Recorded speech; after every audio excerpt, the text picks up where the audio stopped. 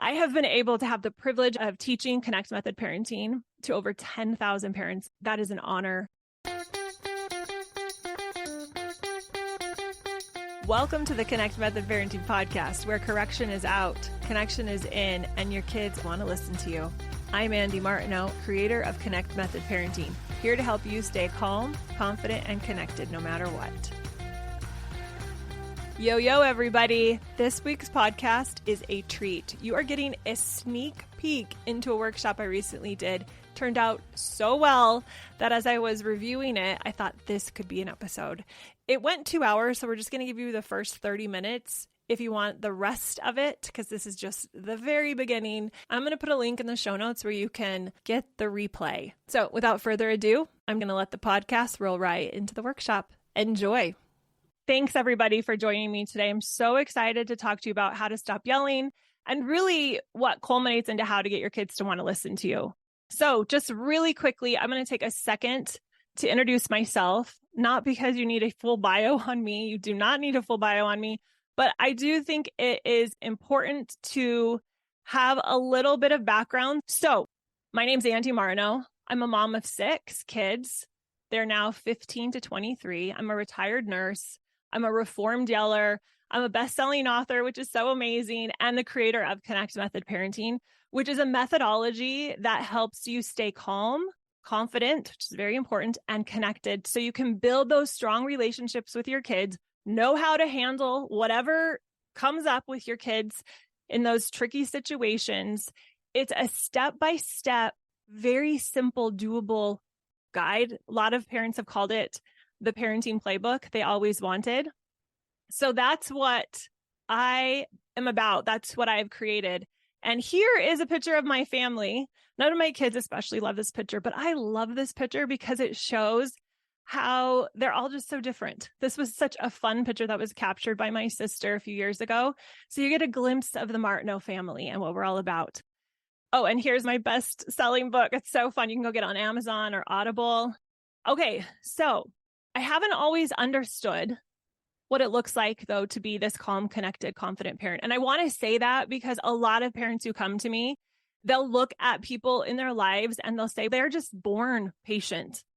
So I can't get there. And what I want to say to everyone that I was not born patient. And I came into parenting with a lot of excitement and fell flat on my face really, really fast. I wanted to be a mom since I was little. And I was so excited after child number 2, stopped practicing nursing and became a full-time mom. So I came home. Who can relate? You come home and you're like, this is what I want. This is what I want, to be a mom.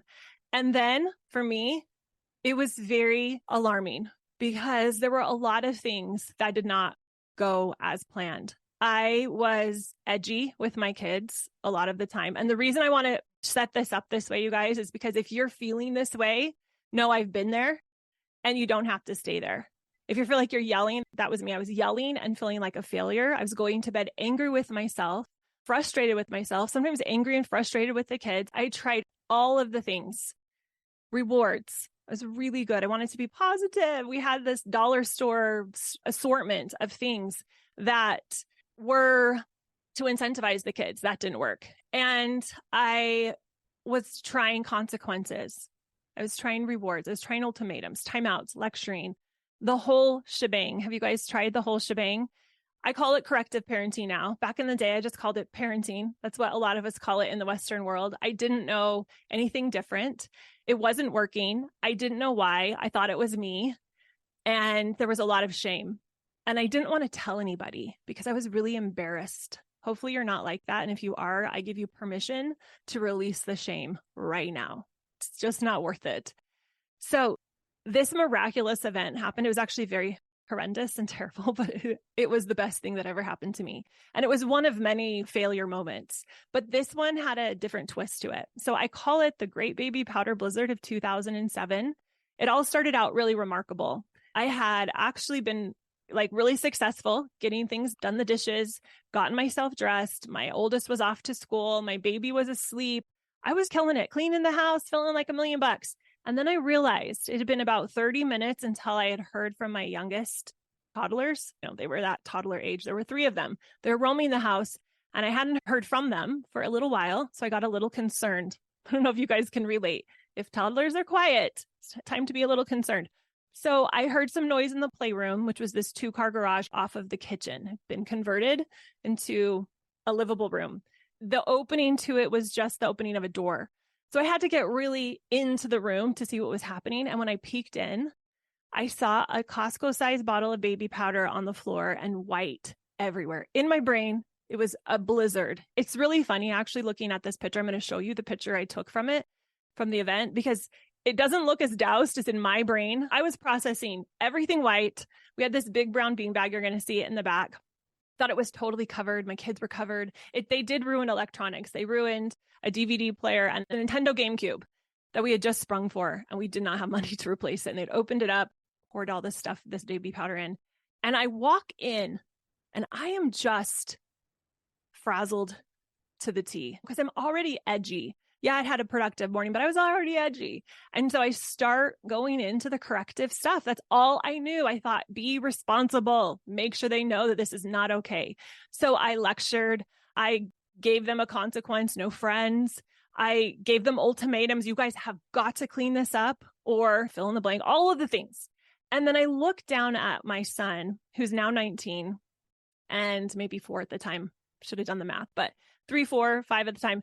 And I look down at him, and he goes from this huge smile, like, look at this amazing thing we made, to crestfallen, seriously crestfallen, starts to cry. I've crushed him. And the most miraculous thing happens. I am able to pivot, which is nothing I deserved. I didn't earn it. I don't know how it happened, but I went from being angry to being accepting. My thought went from, this should not be happening. What are these kids doing? I'm yelling. I'm not proud of this. I do not respect the person I was being at the time. I was out of control. That was all on me. And I am able to look down at Cooper, and my thought changed from, this shouldn't be happening, to, this is what's happening. That's such a small pivot. But in my body, my nervous system was like, oh, it's okay. It's okay that this is happening. Great. Okay.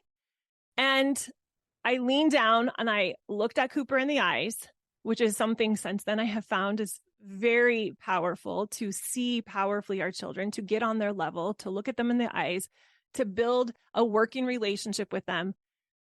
And we had this release of tension, and we hugged, and I went and grabbed my camera, because back then if my phone did have a camera, I don't even remember if I had a phone.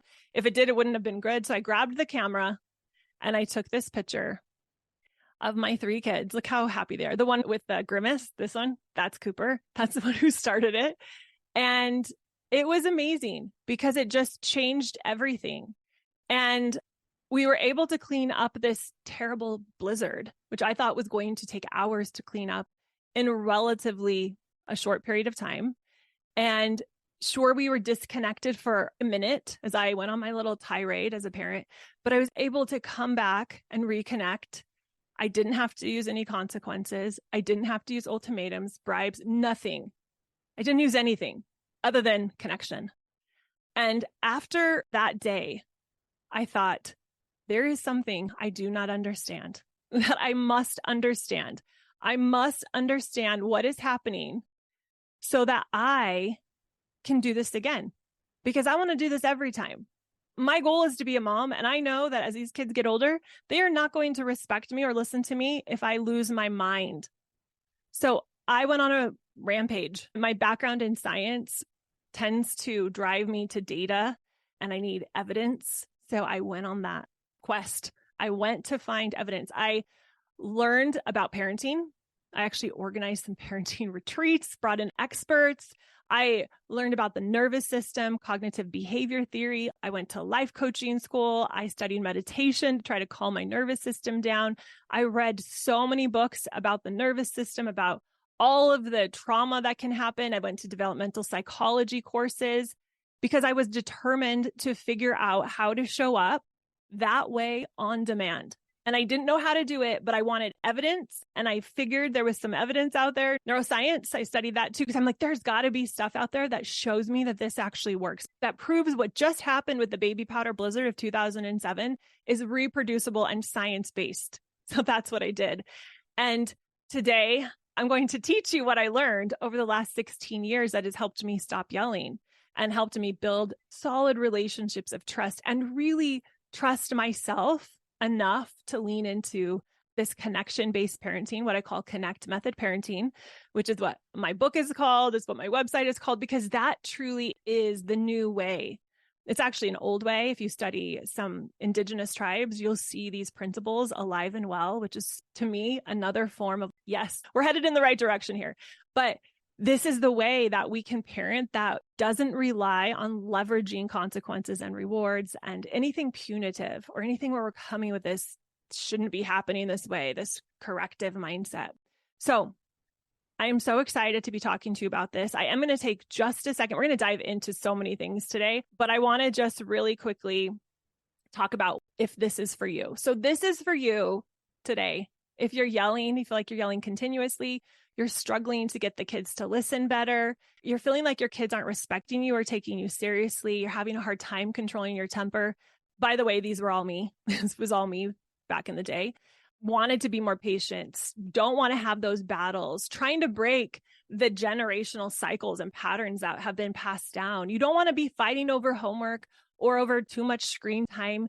You want to learn how to get your kids to accept an instruction for you. You want to keep everyone on track. All of these things, if you're having defiance or bad attitudes, and that will especially come out even stronger as they become teens, you don't feel like you can follow through. You have good ideas, but you don't know how to get there. And you're feeling maybe on the edge that the kids are fighting or you're exploding way too quickly. And you're like, what is happening? This is not that big of a deal. And I'm blowing up. This is for you. I've collected this from the parents I've worked with. They have come in with these problems and they've tried setting clear consequences the best that they knew how. They've tried breathing techniques, which are beautiful, but maybe just didn't know how to implement it into the process so it actually leveraged the connection and got them what they wanted. They've tried walking away, which again, great technique, but missing some components to have it work. They've tried to ask clearly, they've bribed, they've begged, they've apologized, they've taken away things, tried ignoring the behavior, but not having all of the components. So if you want your kids to want, and that's a very big difference, we can get them to listen sometimes in a way that we don't respect ourselves very much around. But what we really want is to get them to want to listen, because that will allow them to cooperate. What we want more than obedience is to be chosen and respected by our children, to have a relationship with them, because ultimately they have to choose to want to listen to us. And that is how we are going to have the most impact and influence. As soon as I started releasing my desire to control the kids, I was afraid that would be dangerous, to not use consequences. They were just going to run rampant. As soon as I started to realize, oh, that's just a false belief that I've inherited from society, not actually true, then my kids started listening so much better. The irony of it is not lost on me. The power of it is something I'm preaching from the rooftops, because once we understand this, you will never go back. If you resonate with that, then you're in the right place. We're going to work on turning things around for you. Today, I'm going to help you start to replace the typical parenting tools that are out there with the most powerful parenting tool available, connection. And my approach is to help you discover why your kids won't listen to you or why they aren't listening to you, so we can get them to want to listen to you. And for you to understand, because for my brain, this was critical. I had to understand why traditional parenting beliefs, mindsets, practices, tools did not work. If I didn't understand that, I wasn't going to be able to move forward. So we're going to unpack that. I have been able to have the privilege of teaching Connect Method Parenting to over 10,000 parents. And that is an honor, and helping them learn the things they need to learn to move past corrective parenting into this whole new world of Connect Method Parenting. And my goal is to make parenting fun again, make it easy, doable with these simple science-backed steps that actually work. So what we talk about today is what I teach the parents I work with one-on-one. It's what I teach in my coaching program called the League of Extraordinarily Connected Parents, where Parents get courses and coaching and support to help them implement Connect Method parenting. So we're going to talk about as much as I can today in this workshop, what I teach them so that you leave knowing what you need to do to stop yelling and show up as the parent you want to be for your kids. And this was going to put you on the path to get your kids to want to listen to you. So today we're going to start. This is just the beginning. So excited. We're going to start by talking about some thoughts and beliefs that a lot of my clients come to me with, because there are a lot of misconceptions about what your kids' behavior mean. And at the root, that's a lot of what's happening and why our emotions are so triggered and we yell and we lose control and we feel hopeless and helpless. So we're going to talk about what behavior actually means. And I'm going to sell you on wanting to spend all of your time or the majority of your time doing something else, connection. So you're going to start relearning what to believe and think about your kids' off-track behavior. We're also going to dive into 10 very common misconceptions. I call them thought errors most parents have when dealing with off-track behavior. I've coached so many moms, hundreds of people one-on-one, taught it to thousands of people. And I've distilled it to the most common mistakes we make when it comes to viewing and interpreting our kids' behavior. Then I'm going to teach you a very specific process that helps me stop yelling faster than anything else, which is my 5-step stop yelling process. And I'm going to walk you through that entire thing. And I'm also going to take you through the 3 CMP strategies, which are the most amazing connective strategies that you'll ever hear. It's going to turn things around for you. And I'm also going to talk about the psychology I carry inside of me, the thoughts that I believe about my child's behavior, and that I'm thinking, especially holding on to those thoughts when my kids have off-track behavior. This combination of things has allowed me and so many other parents to stop yelling, get them to want to listen to you, build stronger relationships, all of those things. So if you could only say there's one problem you're having, what is that biggest problem? I want you to pop it in the Q&A.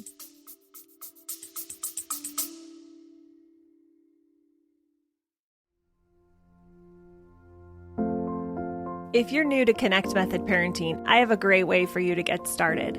I've created a free course that covers some of the biggest challenges parents are facing and how Connect Method Parenting solves them. In an hour, we're going to talk about why parenting is so hard, how to get your kids to want to listen to you, how to stop yelling and losing your cool, and become that calm, confident, connected parent for good. It's the fastest way to get started using connection as your go-to tool for influencing and impacting your kids. Go to cmp.works/course to get instant access today.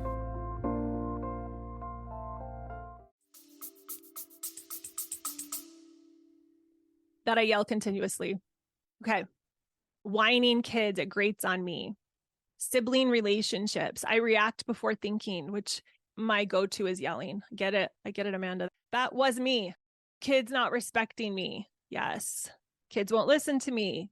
They're not taking me serious. Disconnection with my emotions and kids' emotions causes me to yell. Karen, my stepdaughters do not connect, but butt heads constantly. Yeah, that sibling rivalry is a big struggle for moms. Disrespect between siblings, name calling. Yeah, this has been something, it's fascinating because through each age and stage, and I have my last 2 are a year and 5 days apart. They're Irish. Well, they should have been Irish twins. My number 5 was 3 weeks early. Number 6 was 2 weeks early. But due date wise, they were Irish twins and they're both girls. I understand this dynamic of the kids fighting for multiple reasons. And I want to just say that Connect Method Parenting is going to give you the tools to know how to navigate it, because kids are kids, immature. Even as adults, we lose our minds sometimes when we're like, what just happened? I usually can do so much better than that. So this isn't about perfectionism. This is about being calm, confident, and connected no matter what. Kids hit each other and me, Heather, I get it. That I have a hard time controlling my temper, that I'm not patient enough. I do see a couple of you talking about your part in the problem. I'm having problems with patience, or I'm reacting. It's beautiful, all of it, to start to see all of it. Here's the kids' behavior. Here's the way I'm responding to them that's contributing. When people reach out to me, when they send my company emails, when they send us an instant message on IG, they're saying a lot of the things you guys are saying. Because here's what's really fascinating. Back in the day, I believed, and this is the first thought error, I believed that the kids' behavior was the problem. Now, I know on our highest level of thinking, we're like, I know it's not totally the problem. Like, I know sometimes I'm contributing to it, but oftentimes thinking, but if they weren't so needy or whiny or they didn't hit each other, then life would go better. Although that is true, oftentimes what our brain wants to do is put all of the responsibility on the kid's behavior. And the biggest difference I want you to understand in what I teach that might be different than other parenting advice, books, experts you listen to, is that instead of focusing on the correction, which is a lot of times we're focused on their behavior and we're like, we got to stop their behavior. It's going to stop. But it's all about where are we focusing and where is the locus of control as we begin that journey. And so instead of focusing on that, how do I get them to stop fighting? We dig to the root of it. It's the difference between having a fruit tree. Let's say we had an apple tree. I've never had a successful apple tree. Had one in Arizona, but it got ruined. Anyway, so it's like having the apple tree and saying the apple tree is not working. The fruit's not producing the way it's supposed to, or maybe the fruit's not good. And me trying to solve the problem by putting ointment on the fruit, putting water on the fruit, putting fertilizer on the fruit, and missing the reality that the solution is getting to the roots of that tree and figuring out what is going on at the core of the tree. And so that's how I want you to think about this. It's not that we're not going to have beautiful apples. We are. We're just going to do it by getting to the root, and then the tree will naturally produce better fruit. So I focus on connection, on deepening the relationship. Sure, we have to set limits. I'm going to go into that, but we're going to do it even that through the lens of connection. And we're going to connect, not to try to get them to do something. I've had this, and this was me at the beginning. So like, I'm putting myself out there, and a lot of moms and dads I work with, they'll come to me and they'll have this sneaky desire to say, I want to connect so that the kids listen better. And the kids pick up on that. They're amazing mappers. We have to connect for connection's sake, not to try to once again get them to do something. So we connect for connection's sake, and we connect for the goodness of it, for the value of it, the worthiness of it. It looks like connecting even if they create a baby powder blizzard, even if they're fighting with each other. And I know you love them. Don't get me wrong. I know you love them. It's about staying calm in our nervous system so that we can stay present with that love and connection with them, even when they're acting out. And then, of course, when everything's going well. So correction-based parenting, or what we just call parenting in the Western world, relies on consequences, timeouts, rewards, ultimatums, grounding, thinking that I have to come up with a consequence or a reward to incentivize them to do or not to do something. And that's how we're going to get the kids to listen. I want to just make sure we're all clear. That's the mindset that most of us have adopted. So we have to understand what that is so that we can start to backpedal and come away with something different. Connection-based parenting, or as I call it, connect method parenting, relies on relationships. It relies on ownership. We'll talk more about that, but really understanding how we're contributing to the situation. No shame, no blame, but just getting curious about that. And a higher level of emotional intelligence. I call parental emotional intelligence. And it's that combination of things that is going to have the cumulative effect of getting our kids to want to listen to us better. That's when we get that beautiful fruit that just comes spontaneously. It seems, but it's spontaneously through the work at the root. So you don't need all those tips and tricks to get your kids to listen to you, because when you understand connect method parenting, your kids will want to listen to you, and you're going to be so much more equipped to not yell when things go off track, which brings us to the next thought error, which is parents believe managing the kids' behavior or telling them what they can and can't do is the essential part of parenting. Here's the truth. I believe that. I need it. That was my job. I was a manager of their behavior so that I could sculpt them into the most amazing people and humans. And then I could be so proud of myself and so proud of them. But the essential part of parenting is creating an environment where they can thrive and fulfill their potential. That's the essential part of parenting. Parenting is more like being a gardener and less like being a sculptor. Think of your children like little seeds. You have no idea what they're going to turn into. Are they going to be a tulip? Are they going to be a daisy? Are they going to be an oak tree? One's not better than the other. They're just very different. And our job is to figure out how to keep them moving forward and progressing so they can fulfill their potential. So that's the essential part of parenting. A sculptor would look at their child like a piece of marble, and they would think, okay, it's my job to create a masterpiece from this really rough, rugged stone.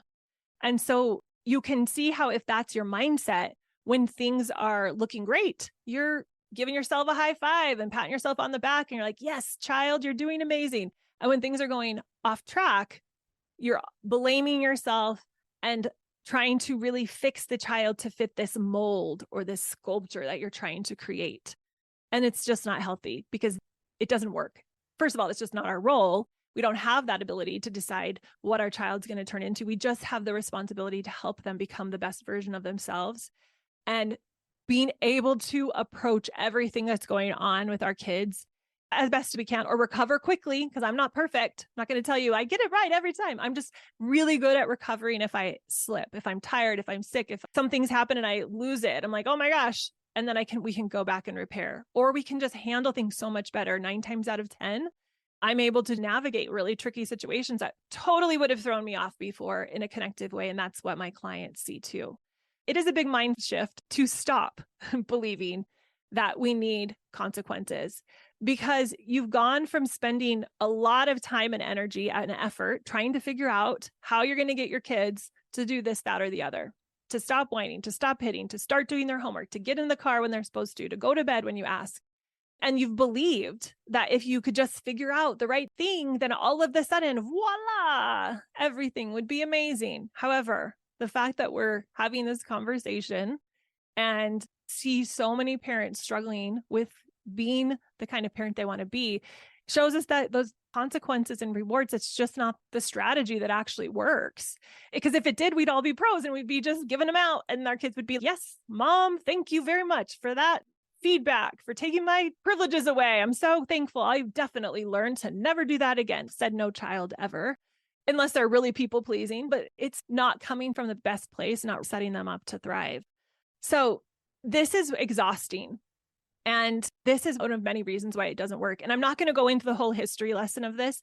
If you want to take my free course, I have 10 minutes I spend on the history of how we arrived at corrective parenting as our default parenting philosophy, where we just call it parenting. So go check that out. But just know that there's a lot of science that started around, well, it's probably been around longer than this, but the brief version is around World War II. It kicked off and they proved that humans can be trained just like pigeons and rats. But we have this thing called prefrontal cortex and this higher level thinking. So it doesn't translate, but we've all believed it hook, line, and sinker.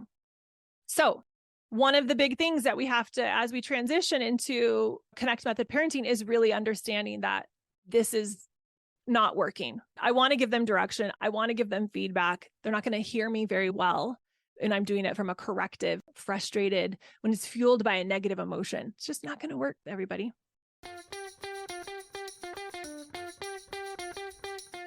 If you enjoyed listening to this podcast, come check out League, my Connect Method parenting coaching program, where we take this material and we apply it using my proven formula.